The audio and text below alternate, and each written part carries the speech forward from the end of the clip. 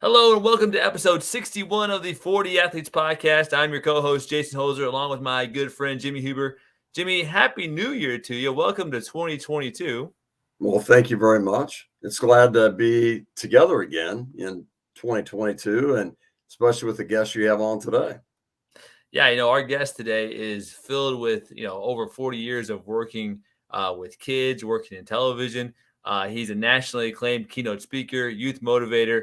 He's been seen on the Today Show, CNN, CBS, early or Sunday morning, and in People Magazine. And that's just like one of the, we could have gone a laundry list of things, but the key thing with Michael Pritchard is who he is as a person and just the stories he's telling. He's a phenomenal storyteller. So Hey, we're going to Jason, go I ahead got to and say this. I remember before we bring him on, I remember you gave me a call this a couple months ago. You go, I met this guy, Michael Pritchard. Oh my God, this guy's funny. This guy's this guy. You're going like on for like 10, 15 minutes. I can't wait to get this guy on a podcast. I'm so excited. This is probably one of the most pumped up, right, at times that I had that an individual want to get on a podcast. You have him on today, right after Christmas. It's like a gift coming in your hands. Santa Claus, put it right in your lap right now, buddy. Well, it's because all the nuggets of knowledge that he's going to share with us about like his working with kids, it's just like it's phenomenal. So we're going to go ahead and bring him on here today. Good morning, Michael, from the West Coast. He even got up early with us this morning. So thank you for joining us today. I did, Coach. I really love being up this early in the morning. I'm actually up usually at 5 o'clock reading and praying and meditating and getting the day right. I live on a very close to a marsh preserve, and in the back of me is a beautiful canal to the marsh preserve, and you can catch egrets and owls and beautiful wildlife out there in the back. I just sit and be quiet, and I kind of take in the start of the day. But I'm honored to be with you guys, and I appreciate everything you're both doing to help kids get better and be more connected to that team. I tell kids all the time, team is together, everyone, anyone matters. So make sure everybody's included, make sure everybody's accepted, respected, and treated with incredible decency and integrity, which is so urgently important right now. Hey, Jason, before you get into something, I want to dive into that. So I love that. So usually you hear team, it's like together, everyone achieves more, right? Right. I love this. You said together, what? Everyone, anyone matters, right? Yes, sir. And I love that part of that anyone, because think about in sports, and you can probably relate this, Michael. You see teams where like the top player matters, the top two, the stars matter. But sometimes, like say it's a basketball team, the 10th, 11th, 12th player that doesn't play much, it's maybe on the scout team, whatever, they don't matter as much. And I think it's important to understand for coaches and for teammates and everyone matters because they all can contribute to the success of everyone within the organization and the goals that you're going after, right? You know what? I will tell you something, Jim. One of the great things is I learned a long time ago, the people that get into the pros are encouraged by teammates that know they'll never get there. And when that heart, cour is the French word for heart, encourage, gives strength to the heart, not discourage, take strength away. And when you have teammates that get the fact that you might have a shot at playing in the pros, going to the Olympics, making a team, making a semi-pro team, and they encourage your heart, they're part of your win for your life, for the DNA that sits in you that teaches you championships are attainable. Yeah, I want to, and Jason, I'll let you get into this, but one thing I was going to mention, there's a gentleman a young man from Kansas City. His name's Carter Selzer, and he played at this Rockhurst High School, but he went to Michigan as a preferred walk-on as a tight end. And Michigan had a down year last year, and they kind of came back this year, and it was the seniors that brought this back. But Carter hasn't played much while he's there. I think he caught his first pass in the Big Ten championship game against Iowa, and they want him to come back again the next year, and they call him the Sheriff. That's his nickname because they love him because everybody looks up to him, and he makes sure people are showing up on time, doing all the little things, even though he's not starting, even though he's not a major contributor. All the players look up to him. So I think you can have such an influence on a team, even if you're not one of the primary star players, right, that you're playing a lot of minutes, you can still have an impact. Amen, my brother, Coach. That is right on the money of where I live, because it's all of us together when Buster Posey first came to San Francisco to the Giants, he was a kind of a very shy kid, and yet he had consummate captaincy from behind the plate of the whole field. And he took that team as a young rookie to their first world championship in quite some time. And they won the World Series because of Buster Posey that year. And that humble nature is because he knew that he'd been brought there by many other people who had encouraged his heart and his abilities. And that's what it's all about. And that person is part of your legacy then.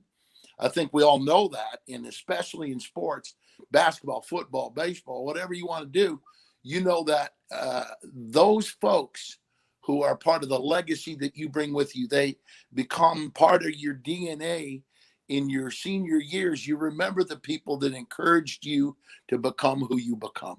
And Michael, we can't talk about the San Francisco Giants too much because I remember when they beat the Royals in Game 7. Heartbreaking. Okay, let's not go talk about them a lot. So that brings back some bad memories in Kansas City. Okay, but go ahead, Jason. Well, hey, and they beat the Cardinals a couple times in NLCS, so that's kind of like sour apples there.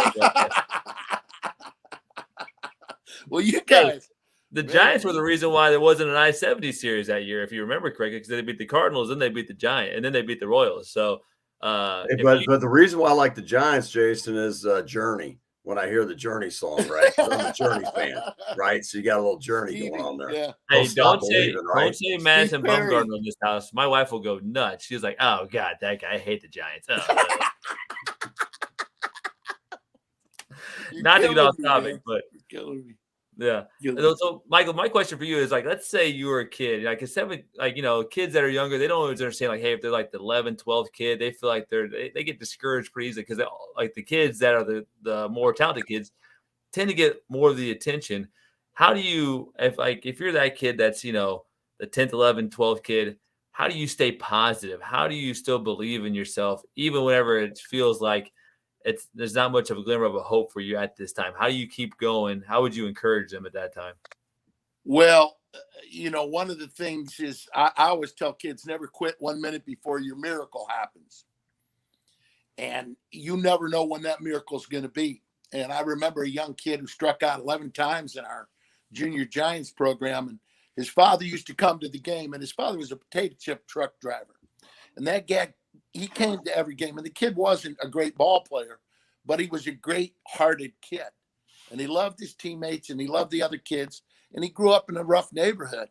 And I remember walking up, and he was walking up defeated after his second strikeout with dragging his bat. And I got up on him. I said, hey, you don't walk up defeated to take a bat, to take pitches. No, it's not who you are. You step back and you lean in with that front left leg, and as big as you are, this thing could go out of the park. Come on now, let's go. And I turned around. I was walking back to third, just having to encourage his heart, and I heard a ping. And that ball launched out of the park and over the center fielder's head, who was standing out there with his finger in his nose. He just rolled right over the kid. And all of a sudden, I was in tears. And as the kid was running around second base, he was coming to me and he had tears. So he got a home run. And I looked up at his dad in the stands, and he didn't say anything and I didn't say anything. And in that moment, everything you need to know about coaching as that kid's going home is in that tale. It's that dad being there all the time, waiting for that moment. And he got that moment. Because if you believe, sometimes a miracle can happen. And his teammates were stunned.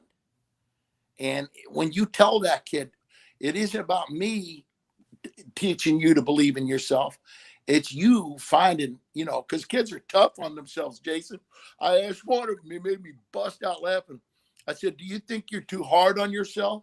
He said, well, I am, but I try not to take it personally.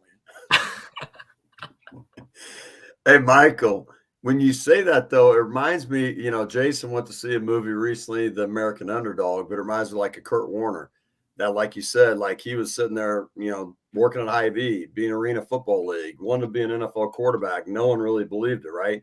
He gets with the Rams and he's a backup quarterback, but all of a sudden Trent Green gets hurt. He gets inserted and leads him to the Super Bowl. Like you said, that miracle took place. But I think those happen. But the one thing you mentioned as a coach, what can we do as coaches, even if kids are struggling a little bit, they're not playing as well, and they're capable of more because we have greatness within us. What can we do as coaches to speak life within these athletes, to have them believe in themselves when, like you said, we're our worst inner critics of ourselves? What can us as coaches do to get that inner belief, that fire from within, to get those kids thinking they can? Well, that's a great question, Coach. Well, what I've always said, I was talking to kids one day. I said, hey, boys, don't overstand people, understand people. And one of the kids goes, what about understanding, Coach? Isn't understanding a smart thing to do? And I started laughing. I go, yeah. See, because kids will teach you. Kids will teach you just as fast as your college professors and your college coaches. So what's important is that knowing understanding is teaching a kid understanding. The battle lies within. If you believe in yourself, if you have the ability to trust that there's a moment coming in your life, you may not ever play in the pros. You may not ever get to be on the varsity team. But if you try and you do everything you possibly can to believe that there's a moment in your sports life where you're going to get a home run. You're talking to a guy who hit a home run in a championship game, worst baseball player that ever lived, me. And I hit a home run, and it was by accident. Went over the first baseman's head. He overthrew second. I'm chugging along. That was my first time. I felt like Lewis and Clark at second base, undiscovered territory. Never in my life had I been on second base. All the way down to third. Coach says, go.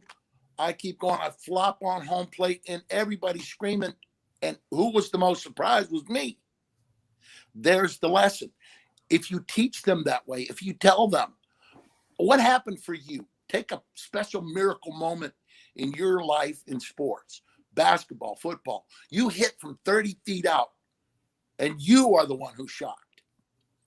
And that's a given, because sometimes the angels are with us in baseball.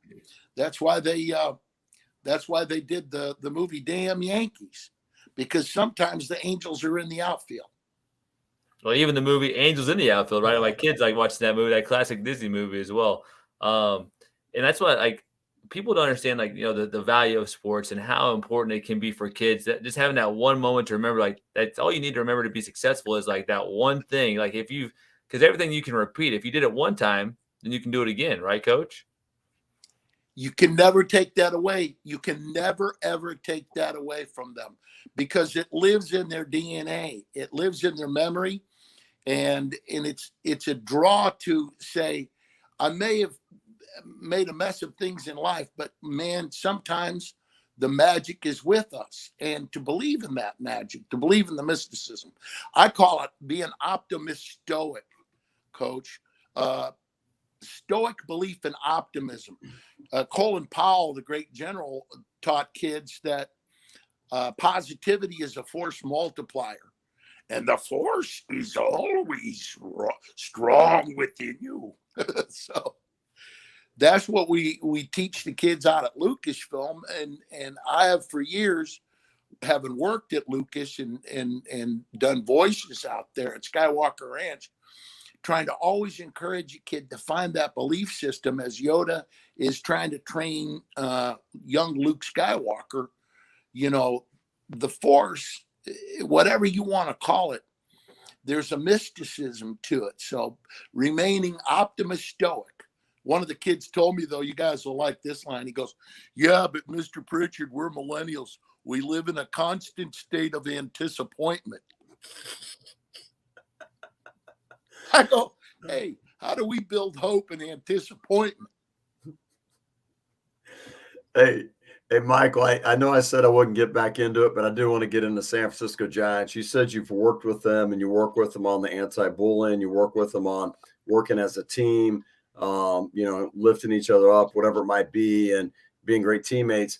What are things you can suggest, maybe like coaches and working with teams, and what can they do to build a chemistry of, the team together as one, where, it is, some people might get jealous of another kid, or you got parents that get involved as well and think their kids should be playing more, whatever it is.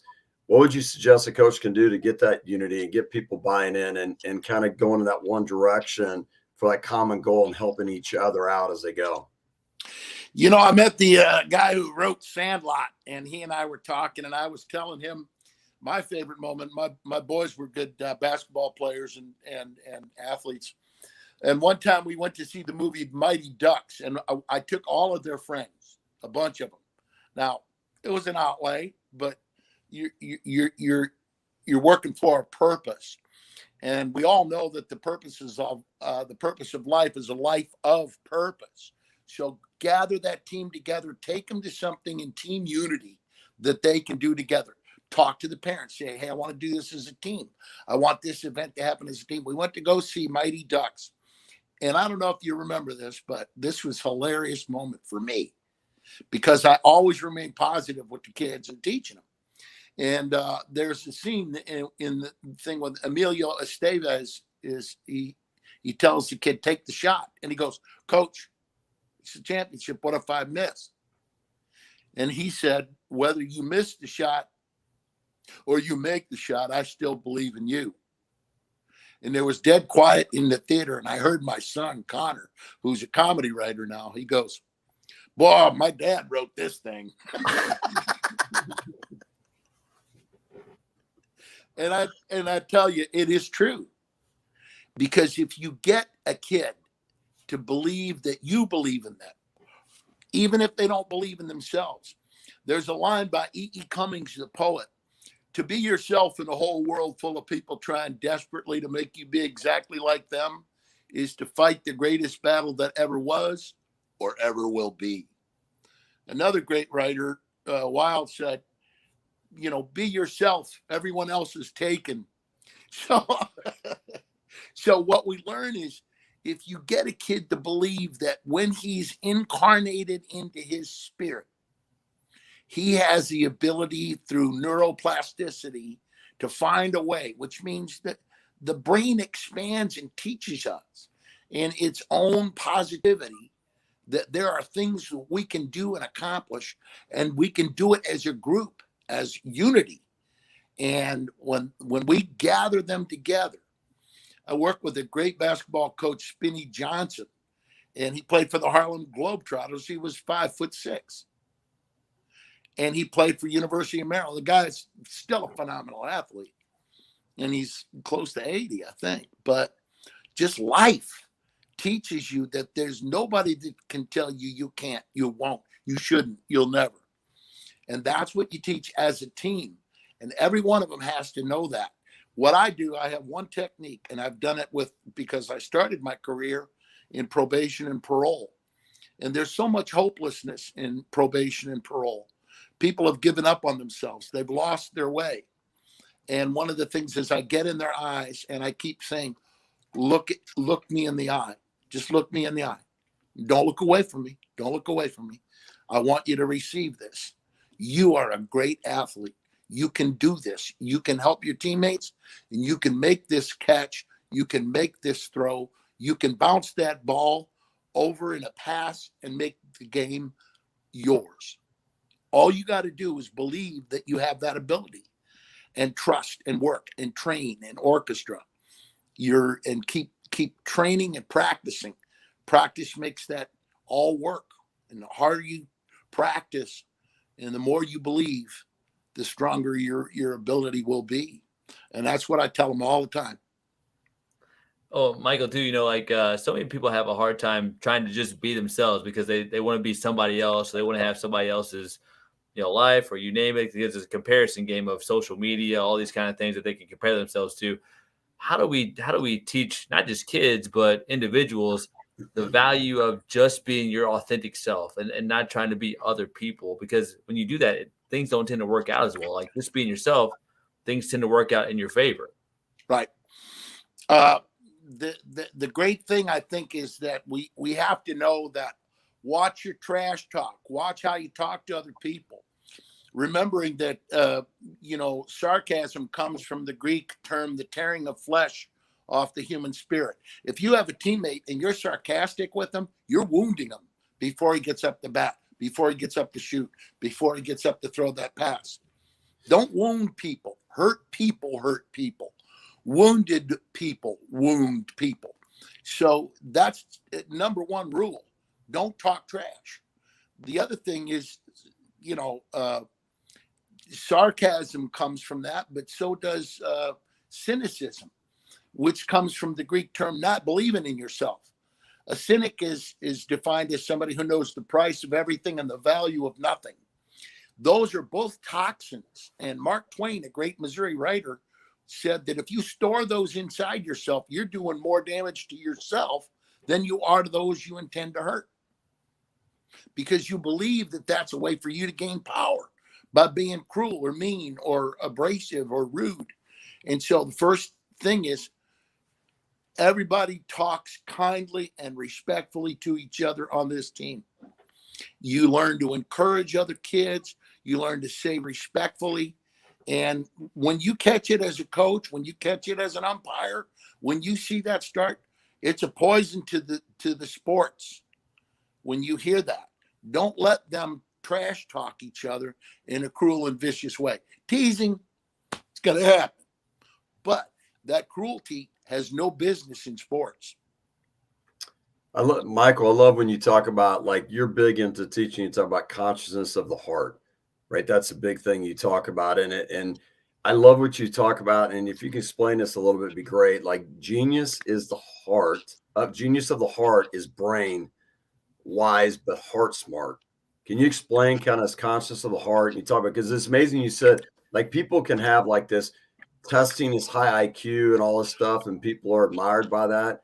But you talk about they might not have the heart smart. They might be a doctor and making money by doing it, but do they really care about the people they're serving? Can you kind of talk about that a little bit? I'll tell you a real quick story, Coach, and this is how I talk about that. There was a young man who was a pretty decent athlete, but he was a C student, and he went off to the Marine Corps, and he served a couple tours over in the sandbox in Iraq and Afghanistan. When he came back, he joined the fire department. And he was a kid that didn't have a lot of belief. And I was kind of like that when I was in school. I wasn't a great student, but I was a great human being and a kind person to my classmates, my friends, and my teammates. And I wound up, lecturing at some of the best universities in the world because I taught the heart. Brain wise, heart smart. And this young man was out on the highway one night, and he learned how to operate the jaws of life. And while he's out there, Coach, the lady's crushed underneath it, and he's standing there with flames that might be sparked from the gas spilling, and he jumps up the jaws of life and starts cutting her out, and he's talking to her in a gentle and kind fashion because he's already been to war and he knows how bad things are in the world and how unfair. Life isn't fair, but we can be fair. And so he cuts her out. And I said to all the teachers and all the coaches, let me ask you a question. Isn't that kid a genius too? He never had above a C in his entire life. He's not going off to great university. He's not going to Yale or Princeton or Harvard. He's not going to, get to that thing. But when that kid's out there, you don't want anybody else out there. You want that guy who everybody loved on the team. You want that kid they call the sheriff, doing what he knows to do, and he's in there cutting that person out of the jaws. It could be a sister, cousin, aunt, mom, and he saves her life. And I said to all the teachers and coaches, raise your hand if you think like me. Isn't he a genius too? Yeah. And that's what we teach them. We teach them that don't judge people. If you judge people, you'll never have time to make them a teammate. Well, that kind of goes into there's intelligence comes in multiple forms, right? Just because you may not be a great student with books, but you might have high emotional intelligence, high positive intelligence, right? But we as a society have only judged intelligence off of one thing, and that's the score that you on the IQ test. And I think it's important for us to realize that genius comes in multiple forms, like you mentioned. Exactly. I don't know if you know this. I'll make you guys laugh. I spoke at University of Portland. I was walking back up. This will crack you up. Right in the back of my car was I me? And I said to my son who went to Loyola, I said, hey, look at that, Connor. I said, that's got to be some philosophy major who heard me speak at the commencement today.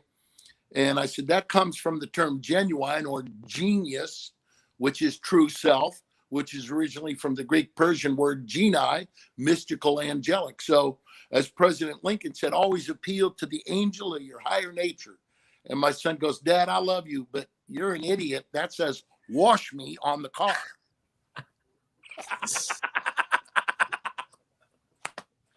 I said, shut up and get in the car and pay for your Jesuit education, you idiot. So, but, you know, teaching that was I me. So I think that when we teach kids to live inside their authentic self and to believe in that. I was talking to a little kid one day. I said, how are you going to get through middle school? You guys are so mean. You're so cruel to each other. He goes, you got to be like a crab. I said, you mean grumpy? No, crabs always move sideways, never forward or back. That way they always fit in. You got to have pinchers. They pinch. You have to be able to pinch back. You have to have a hard outer shell like crab does, because some kids are wicked, vicious. And you got to get through it. But like a crab, you should have a soft side, because you could make a friend for life on your team. Wow. That's a lightning right there. That, you know, speaking of that, though, you know, and I know through the challenges that kids have gone through, all of us gone through the last couple of years, and I've never thought of, you know, like I got an 8-year-old and a 6-year-old, and they're wearing masks throughout school and stuff like that. And it's just a different time. And they talk about how depression, anxiety's increased, the suicide rates increased. And you wrote a book about, like, you know, listen to what your kids aren't telling you. And I think, like, us as parents, can you help us as parents? Like, what are ways we can start maybe listening to our kids better, asking questions, get them to open up to find out really what's going on to be able to help them? One phrase comes to mind. I always pull it with all the kids, even the foster care kids we had, and all the kids I had on probation over the years. Tell me more about that. That works. Hard to believe, but it does. Because they'll, you know, they come home and they go, what'd you do today? Nothing. What happened to school? Nothing. It's all right. All right. Can I get something to drink? Can I get something to eat? And, you know, no, look, sit down. I'll help you get something. Tell me more about your day. I just want to hear about your day. How did your day go? And then they pour.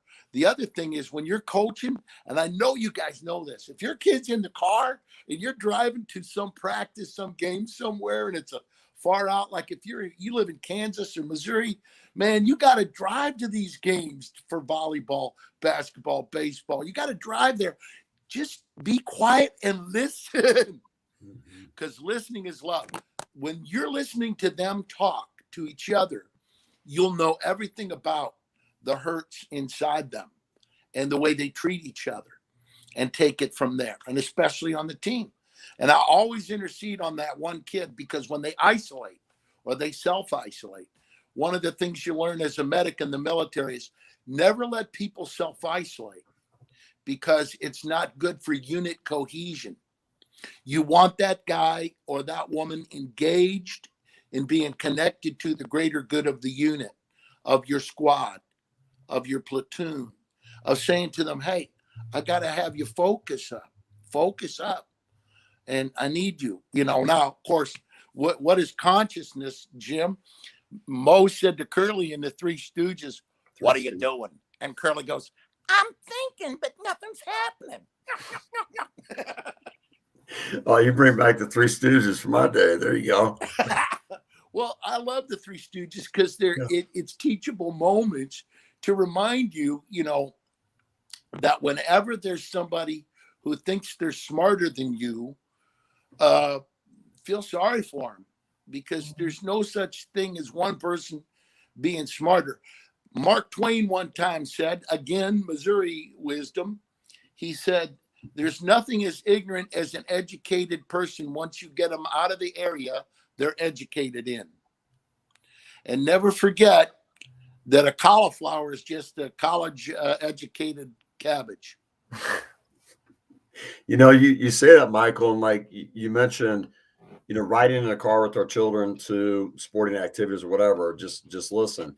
And I feel like, and I probably have done this myself, but I see parents in general, we kind of try to tell kids what to do, right? Right. We're trying to tell them like, this is what you need to do, this is what you need to do, do this, instead of listening and letting them talk and guiding them so they can come up with answers themselves. Is that kind of what you're talking about as well too? Dead on the money, Coach Jim. Because if you do that, if you allow them to come to it, you're teaching them how to fish, not giving them a fish. You're teaching them how to fish. And that is so urgently important in our nature. Everybody wants to helicopter over, hover, check, and it creates an anxiety in the kids. And I had one of my young kids I had who's a senior. Listen to this. You'll like this, coaches. One of the young girls had suffered a lot. Great athlete, too. She volleyball star. She said, I have to tell you, I have high anxiety all the time because of my neurodiversity issues with ADD. And so I'm constantly anxious. And what I've learned from listening to you and others who love kids so much is you've got to listen to the positive voices out there and make sure you go to them and tune into that frequency that they're on to encourage your heart. You'll find them. They're all around you because, and I love this line. She said, you've got to listen. There are millions of people out there who love you and want the best for you and want you to achieve. And you have to make sure that you're listening and hearing and receiving them as much as you do the fear that's in your own heart for what you might not be able to accomplish or you might not be able to do. Greatest advice ever from a kid. Yeah. And you talk about, like, you look in today's day and age, I feel like there's the passion that's being lost, like inspiration for things. And you kind of talk about that you teach kids about inspire, and you come like a Greek word. Can you explain kind of the inspire and how you teach it? Yes, sir. Inspire comes from the Greek term inspire, to breathe in the spirit. And the ancient Norsemen called it Wodan. The Native American call it Wokan. The Hindu call it prana. The kahunas of Hawaii call it mana. The Chinese chi. The Japanese ki. The Hebrew term is Ruach HaKodesh. Christians call it the Holy Spirit. And my buddy up the road here calls it the force is strong within you. The force is strong. And there's a force in each and every one. A way, a frequency a hive mind to make honey, make it be right, harmonize, make that honey. And what the best thing to do, coach, and why sports teach teamwork. And you've heard it a million times, teamwork makes the dream work. And when you're doing that and you're taking that positivity and that love that you have inside you and you're sharing with a young heart, you become indelibly etched. When that dad looked at me because his son hit a home run, sometimes when I'm flying across country, and sometimes when he's driving his potato chip truck, we hear the crack of that bat. And that kid hit a home run because our coaching and his love for him, even though he was not a great baseball player, to show up at every game. Just show up. Just show up. Just be there. Let them know you're there. And so important. And when you see a kid who doesn't have anybody showing up, get in their eyes. Tell them maybe they couldn't be it. Maybe your dad's a hardworking cop. Maybe he's a fireman. Maybe your mom is working. She's a nurse. But I'm here for you. And I'll mentor you to where you need to be. But you have to take it into your heart. Take it into your heart. I don't want you just thinking about it. I want you to feel it. So you're big, and I see that, like, you getting people to feel their emotions, understand their emotions, to identify them. was hearing you talk about that, because like you said, if you don't understand your emotions and you kind of bottle them up, eventually they can come out in a negative way, like in anger and rage, or maybe internalize them where it could really cause you maybe go into depression or whatever it might be. What are things that you try to help kids understand their emotions and how to identify them and how to work through them so they're not maybe making negative choices that are leading to the consequences that, you know, they want to face? You know what, Coach, the number one problem is unaddressed grief. There's a line by Aeschylus: with every drop of pain on the human heart, wisdom grows. We have to teach our kid from grief. In Macbeth, they said, always give sorrow words. Grief that doesn't speak whispers to the heart and bids it to break.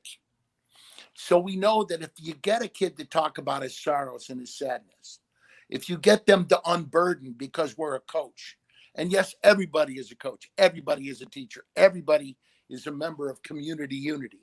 Because if you take time to hear their pain and help them unburden, it's amazing. Because like one of the kids I had, I just sat down, Jim and Jason, and I was with the little 8-year-old. I said, hey, who here has a responsibility at home? The little boy said, I have a responsibility when my dad gets drunk and beats on my mom, that I take my baby brother and I hide the baby in the closet because he hurt him. He shook him before. I said, Taylor, buddy, I just sat down. I don't know if I was ready for all that, but you needed to tell me, right? Yes, sir. Why? Because everybody needs to meet a kind stranger, a kind coach, a kind teacher, a kind fireman, cop to tell their secrets to get help. We can get community help. And so be present to that kid's sorrow if you want to watch him cross that home plate. And so many of our athletes over the years, we can go back through all the history books of emotional archaeology.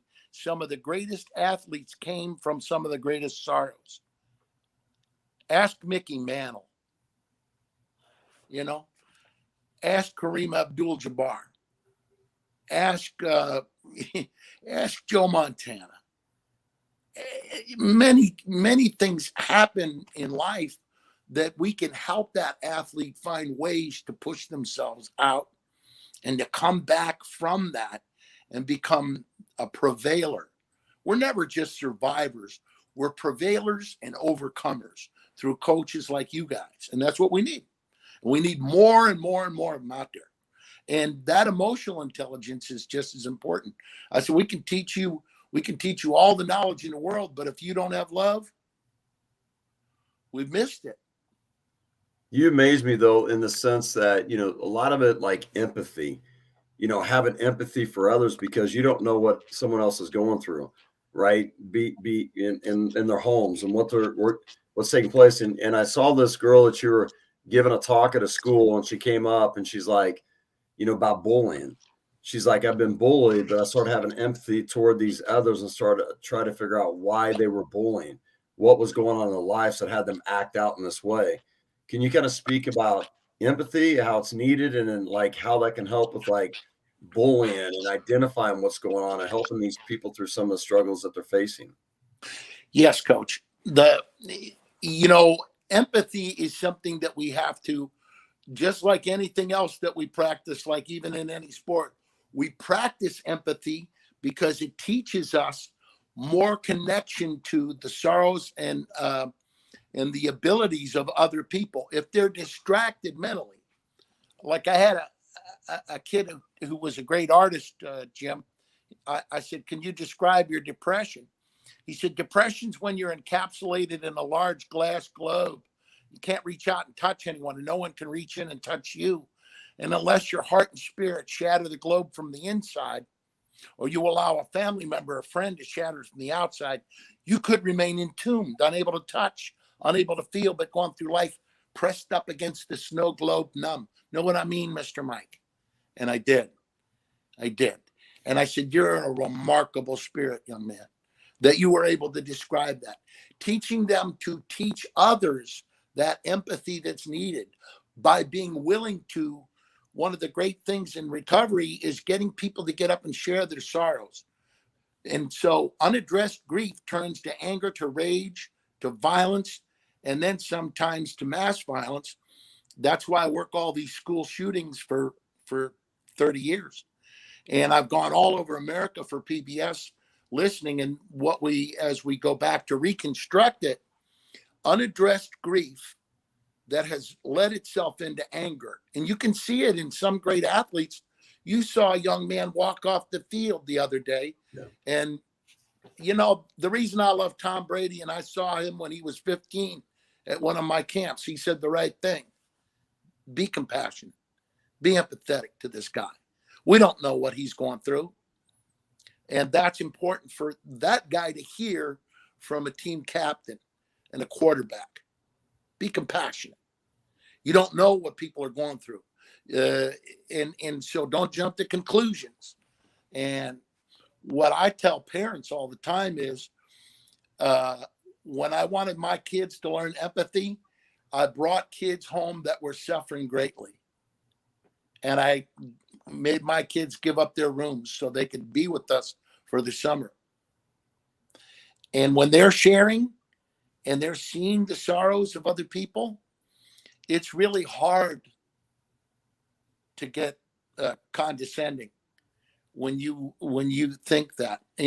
Some athletes, the old line is, some athletes are so self-absorbed, it's amazing they haven't drowned. So it's a funny line. But the other thing is, how many great athletes does it take to screw in a light bulb? One, you stand still and the whole world revolves around him. That just tells me one thing, Coach Jim and Jason. He's in pain. He's suffering. He's hurting. He's begging for somebody to pay attention, because that anger is an indicator. And we don't want any of these folks out there crying with bullets instead of tears. Hey, Jason, I know you got something, but he had to bring up Tom Brady now. He brought up the Giants. Tom Brady, AFC West championship at home, knocking the Chiefs out. I mean, gosh dang it. Go ahead, though, Jace. Can I tell you something, Huber? I love you, man. I just love everything about you. You're such a classic jock, man. You can't help yourself. Don't bring up something about the Kansas City Kings back in the day. Gosh, man. Bring them up. Oh, geez. Well, hey, Michael, my question was Jim and I both have two boys, right? And, right. And our job is as fathers to make them become great men. And I feel like there's an absence of that. Like we have all these boys out there that don't know how to be men. And maybe it's because their fathers were one generation removed from a lot of war, and there's a lot of toughness, a lot of suck it up kind of mentality. How do we raise great men in this current society? What did you do? How did you teach your boys to be, go from a boy to a man? What were some of the things that you can incite with us with on that? They played sports, but you're always there. You're always just a safety net. That's what you try to do. When they come to you, they'll come to you to talk. If you have that relationship, and that's what I tell the kids, the best ships to sail on: friendship, relationships, sportsmanship, companionship, all these things that keep us connected to the ships that we sail on towards better, safer harbors of our heart. And one of the things with the kids I used to say all the time was, you're more connected to making these friends that will support you to life and the teams you play on. And my son, he went to a great Catholic school here. They just won the state championship, and he was coming up, and I said, "Son, are you disappointed you lost?" And he goes, "Dad, I get to play with my best friends in sports in high school. I'm not disappointed by anything." So teaching them not to let their disappointment to turn to disillusionment, to take the light out of. And as I tell kids all the time, especially young boys, don't wait for the light at the end of the tunnel. Become the light going through the tunnel and glow in the dark as you go. Strong, determined, courageous, but also compassionate, caring, connected, forgiving, accepting. Again, the line, life ain't fair, but we can be fair.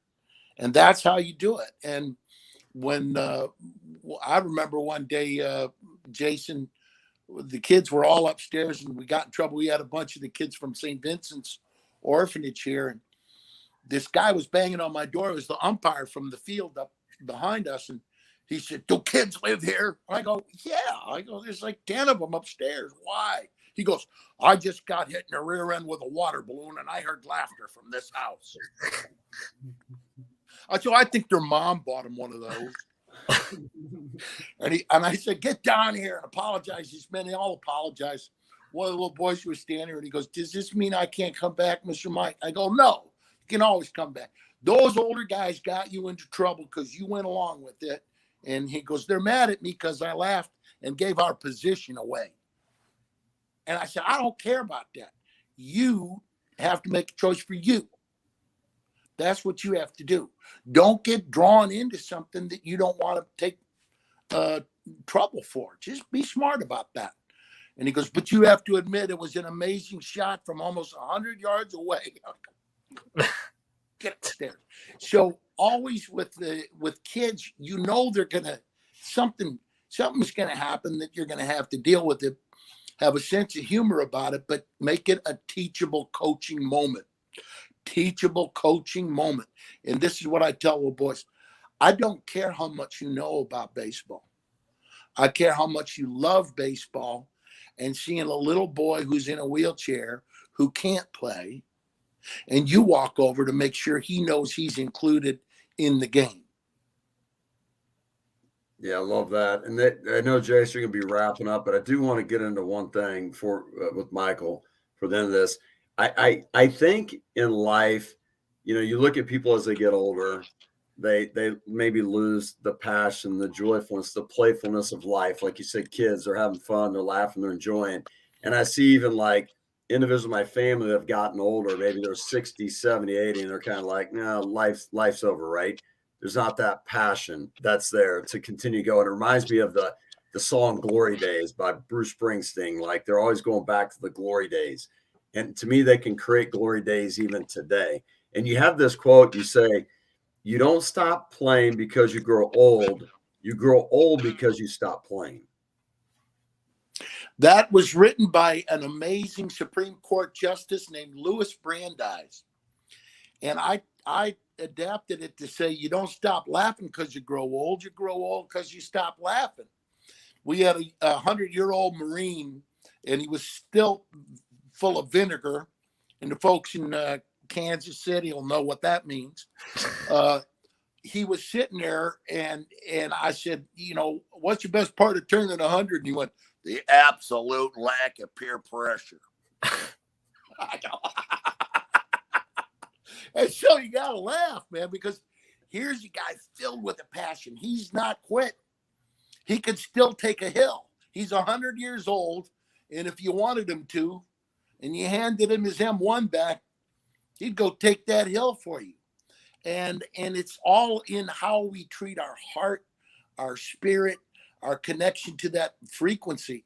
The longest journey ever taken in the world is between the brain and the heart. It's only 14 inches. But we have to know that this is what controls us. You can call it the soul, the spirit.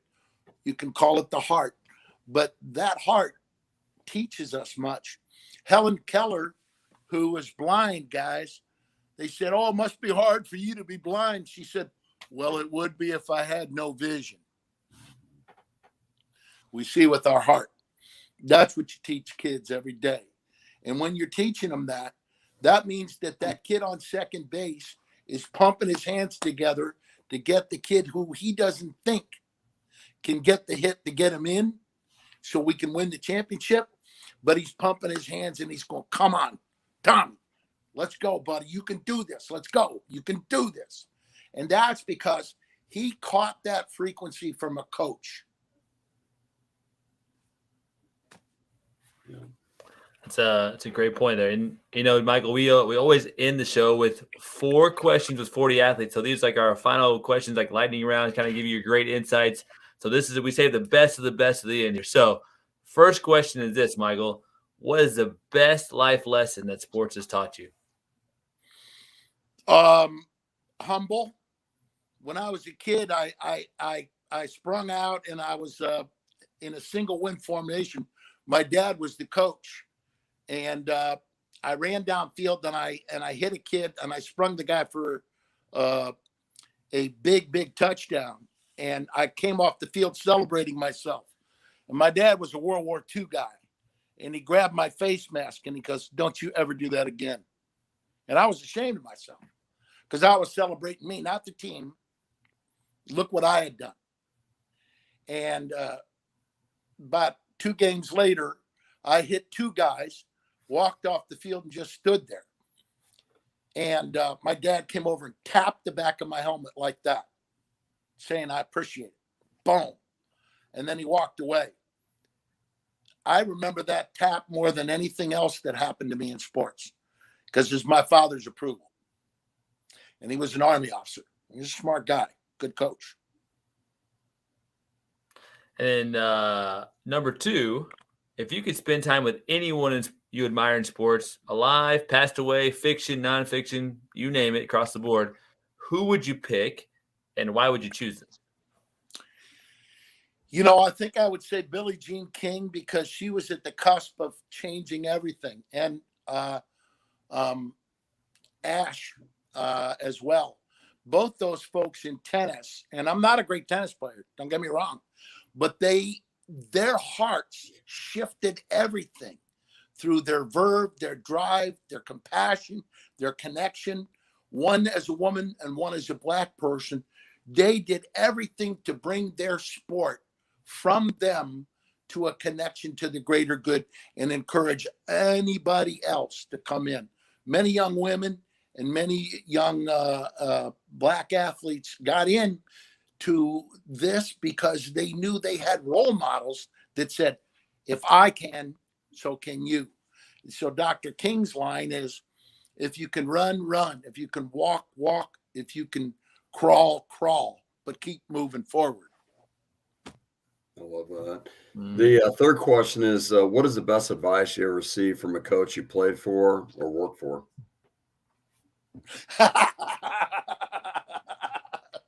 When I was in school, one of the coaches goes, "Don't go out there. You're going to get hurt." And I started laughing. I said, "Coach, isn't that what football's all about?" And he goes, "Yeah, but I don't want to see a slaughter." And I was on the front line, and I started laughing. I turned around. I said, "You really?" Because he was a nice man. He was not the perfect coach for football, but he was a nice man. He just didn't want to see anybody get hurt that he liked, And I think that the best advice was, be gentle to yourself. Right? So that last question I have for you is this: if you had one character trait or life skill you could have in say an athlete you're having on your team you're coaching, or somebody you're hiring to work for you, what would it be and why? Well, I always call it joie de vivre, or joy of life, that you can see the passion in a person who is a person who understands the term. You can, be hard on yourself, too hard on yourself, to the point of disappointing yourself. And so joie de vivre says, c'est la vie. This is life. Such is life. C'est la vie. So be connected to watching this great moment. This lady, Nellie Lincoln, wrote, "On the road of life, you only have one constant companion. Make sure that you become good company for yourself." Like that. Hey, by the way, Grayson, he's going back to school tomorrow. But hey, Michael, he does Star Wars stuff. He does Yoda. Oh, let's show you. Here you go. Watch.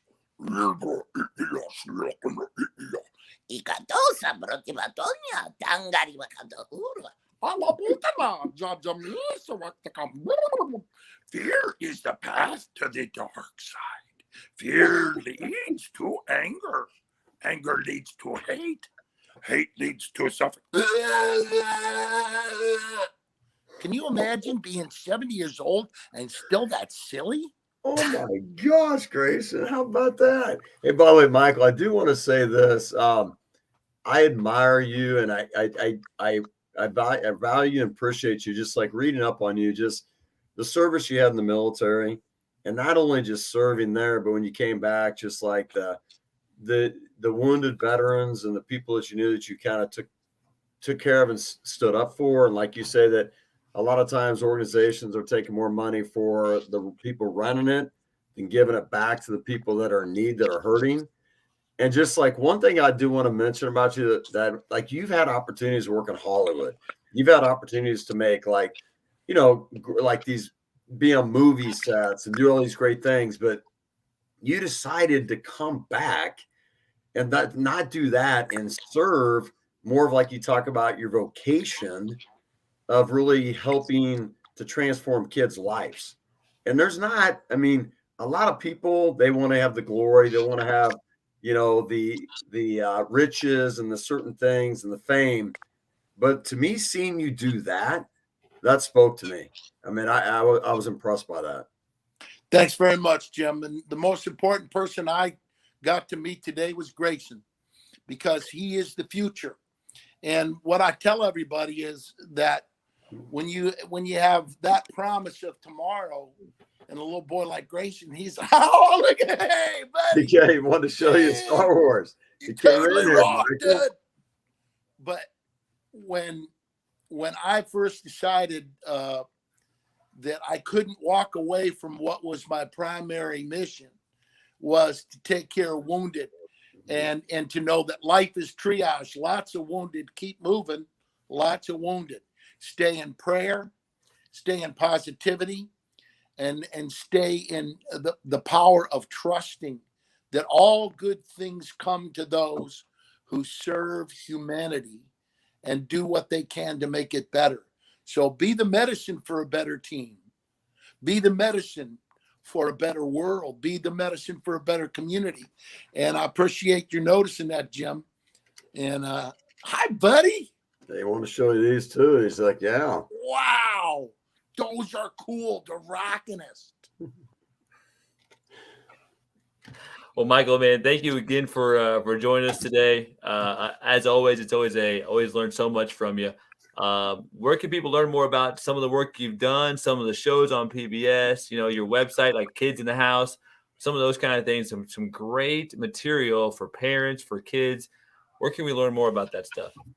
Well, the best thing I can do is if you just Google Michael Pritchard, and there's so many things that I've been doing. And one of the things is that when I think back, well, my buddy Robin Williams came and he did the voiceover for our Iraq and Afghanistan vets for a thing called The Price of Freedom. And he was suffering greatly from a disease called Lewy body dementia. And yet he still showed up for me out of friendship and love. And he always was that person for 40 years to me. And he did 11 tours with USO over there. And that was the kind of guy that you have as your role model to teach you what's important in life. And what's important in life: friendships, love, compassion, community unity, and caring deeply about peace in your community and helping restore it through sports, art, music, theater, dance, whatever it takes to get a person calm and more trusting in the kind of unfairness in life. So I appreciate both of you guys very, very much. May God bless you, and may God keep both of you and your kids. And believe in yourself. Stay strong and encouraging in your sports life and in your family life. Thanks a lot, guys. Michael, it's good having you, man. We'll be in touch soon for sure. Thank you, Michael. All right, Jason. Take care, Jim. Love you, brother. Well, Jimmy, by the way, you're on mute, FYI. Well, there you go. Thank you, Michael. Yeah, appreciate you. Well, 40 athletes, we mind, body, spirit, and in our environment. And Michael pretty much wrapped up on all 4 of those things in this episode. And that's what we are teaching at 40 athletes. So where can people go to find us and learn more about our programs to help them develop the more holistic side of an individual using sports? Yeah, you can go to 40athletes.com. We have, we have different things on there that, for parents that can, purchase for the kids from, kind of youth ages and help them with using sports to develop, then become better people. We always talk about the win the game of life. And then also, if you have a, sports organization or teams or whatever it might be, you can book a discovery call. We can go through with you how we can partner with you to help transform your athletes' lives through the sports they're playing. Yeah. Well, Jimmy wanted to get the new year off on the right foot. And hey, by the way, Jason, before I go, I know Michael's not on, but this guy's getting all kind of Star Wars stuff now. Man. I mean, geez, Michael's got him pumped up, ready to go. Grayson's like, let's go.